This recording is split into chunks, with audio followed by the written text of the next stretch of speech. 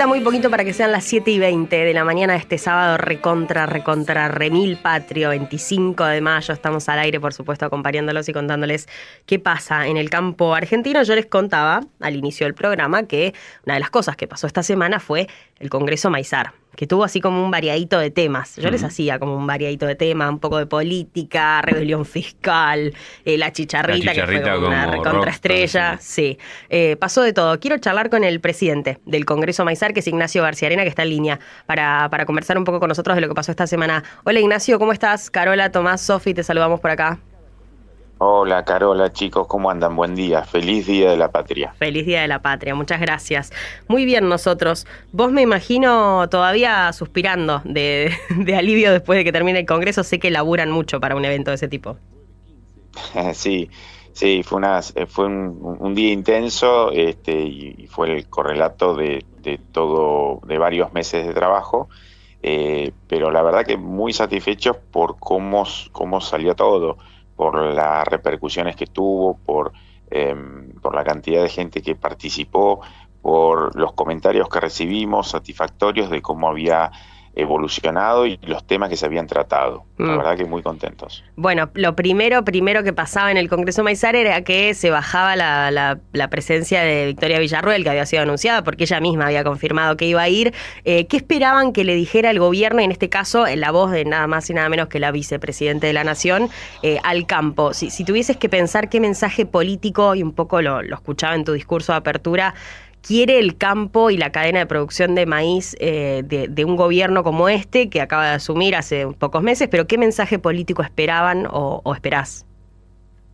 Estábamos expectantes. Su rol de vicepresidenta y presidente del Senado tal vez no le iba a permitir dar anuncios como el que sí dio el presidente Milei ayer en la rural. Sin embargo, estábamos expectantes porque no teníamos claro que para dónde iba la cosa. Lamentamos porque sí, estaba confirmada y a ultimísimo momento nos comunicó que no iba a poder asistir por problemas personales, sin inconvenientes. Pero un poco la expectativa es esa, es decir, vos mismo la viviste, el contexto que la cadena del maíz viene viviendo, coincide con todo el ecosistema agro, y es esta necesidad de que se bajen las regulaciones, de que se baje la presión fiscal, de que se libere el tipo de cambio, y eso el gobierno lo tiene claro, y el economista Federico Furiase, que terminó cerrando el Congreso a última hora, fue bastante claro en eso. Estamos haciendo los deberes de la macroeconomía para, luego de que algunos indicadores se estabilicen, poder hacer lo que entendemos que hay que hacer, y en ese entender que hay que hacer creo que hay coincidencia, y es en sacar, digamos, puesto en una figura, sacar la pata de la cabeza a toda esta economía que tanto necesita liberarse. ¿Vos sos productor? No, yo soy productor, sí. Bien, ¿y profesión? Licenciado en Economía Agraria. Me imaginé que venía por ahí. Ignacio, pensando en eso, en ese licenciado en Economía Agraria, y pensando en esto que vos traes del cierre de Federico Furiase, este asesor económico de Caputo y del Ministerio de Economía, yo lo contaba al inicio del programa, si alguien se sumó ahora lo voy a contar brevemente otra vez. Básicamente daba el mensaje, contaba el plan económico, decía no vamos a devaluar para generar competitividad ni al agro ni a ningún sector. Se terminó la época en la que se generaba competitividad devaluando. La competitividad llegará cuando se bajen impuestos. Y entiendo que él mismo lo pidió, me confirmarás o no vos. Entiendo que pidieron que se abra a preguntas del público, y había... Creo que llegamos a escuchar a 2 productores agropecuarios que le hacían preguntas a Furiase, o planteos, si querés, y en esos planteos decían, bueno, ok, pero ¿cuándo? ¿Cuándo va a pasar todo eso? ¿Cuánto tiempo vamos a estar sin competitividad? Porque ya nos pasó en los últimos años, estaba ese desdoblamiento, 1000 tipos de cambio, uno en particular para el agro, iba cambiando. Primero eran números fijos, después pasó a ser este blend, pero exageradísimo. Digo, los productores le decían, ok, pasa que no es que son 5 meses de problemas. y ahora la brecha se agranda y perdemos mucha competitividad y los costos han subido mucho desde diciembre. ¿Cuándo se va a acomodar? ¿De cuándo me hablas cuando me hablas de bajar impuestos? Poco le hacían ese planteo. No el Ignacio, presidente del Congreso Maizar Institucional. El Ignacio, licenciado en Economía Agraria y productor agropecuario. ¿Qué piensa de eso? ¿Dónde se para más? ¿En el entendimiento a Furiase, que decía, bueno, bánquennos? ¿O en el productor agropecuario que decía, te juro que te banco, pero decime hasta cuándo? Bueno, la duda la tengo, me encantaría que pongan fechas, me encantaría, porque si te pusiesen una fecha estimada de regulación y de bajada de impuestos y demás, uno que es empresario y quiere ver la perspectiva más clara, ese panorama más claro, necesita tener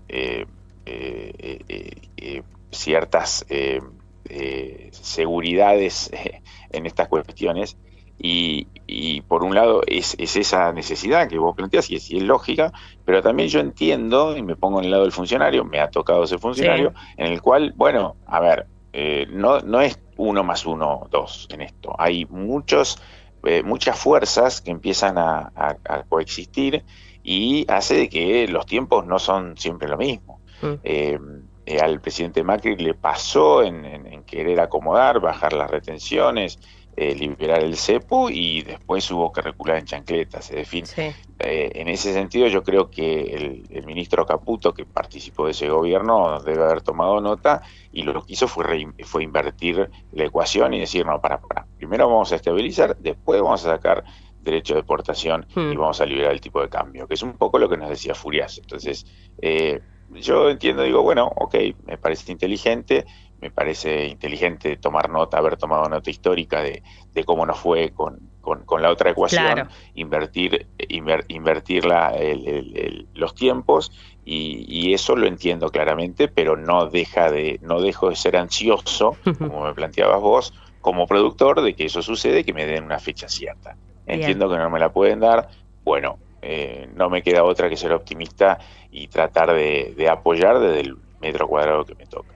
Perfecto. Y después me quiero ir a otro tema que no tiene que ver con la política, iba a decir tampoco con la economía, pero la verdad que un poco sí, en definitiva, que es la chicharrita, que yo le contaba a los chicos al inicio del programa también, me sorprende el nivel de interés que genera. Quizás, no sé si es para sorprenderse, por ahí el error es mío, pero sí sabemos el impacto que tiene, sí sabemos la preocupación que genera.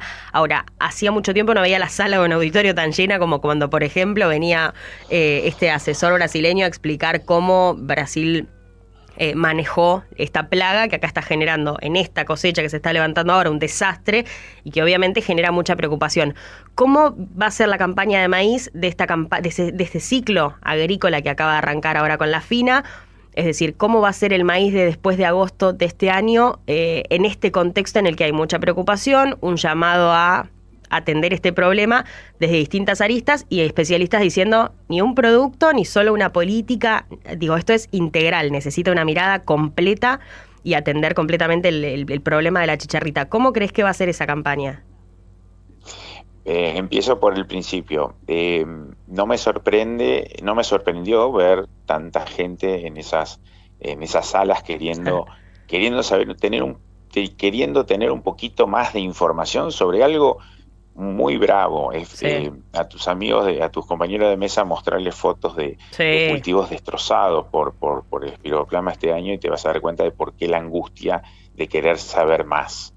Porque verdaderamente fue... A ver, yo lo asimilo, lo comparo con lo que nos pasaba en la época del COVID, que era un desastre, sí. Veíamos situaciones muy complicadas y nosotros devorábamos información y cualquier opinión que salía dando vueltas la devorábamos porque queríamos saber más sobre algo que verdaderamente nos angustiaba. Entonces eso se explica a partir de eso, de una situación verdaderamente complicada que la gente quiere saber para ver cómo sigue la película. Y yendo concretamente a tu pregunta, a ver, el sector, el ecosistema agro se puso en guardia. Las instituciones privadas y públicas ya están trabajando en coordinar porque vos tenés dos tipos de plagas o enfermedades, las que te afectan a vos solamente en el campo y que dependen de vos misma, que vos las controlás y las monitoreás, y otras enfermedades o plagas que exceden tu alambrado y tu tranquera. Claro. Y que si vos no haces algo con tu vecino de manera común, esa enfermedad o esa plaga te puede seguir afectando. Bueno, este es el caso del espiroplasma. Necesitamos hacer acciones comunes, ejercer acciones comunes para lograr resultados. Si no, yo por más que haga los deberes en mi propio campo, eso no va a ser suficiente. Entonces eso requiere un grado de coordinación mucho mayor entre instituciones privadas y instituciones públicas.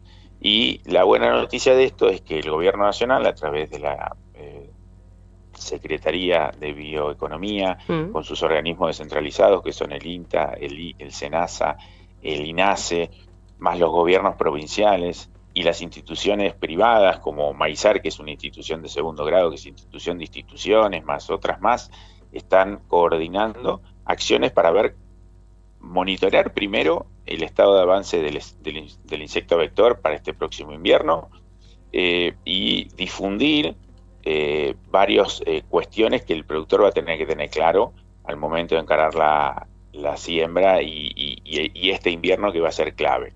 Elección de genética tolerante a esta enfermedad, el manejo del maíz guacho en el campo, sí, el trampeo del insecto para monitorear justamente el grado de avance. En fin, son varios tips que hay que tener en cuenta y que eso, de nuevo, se está trabajando y esa es la buena noticia mancomunadamente.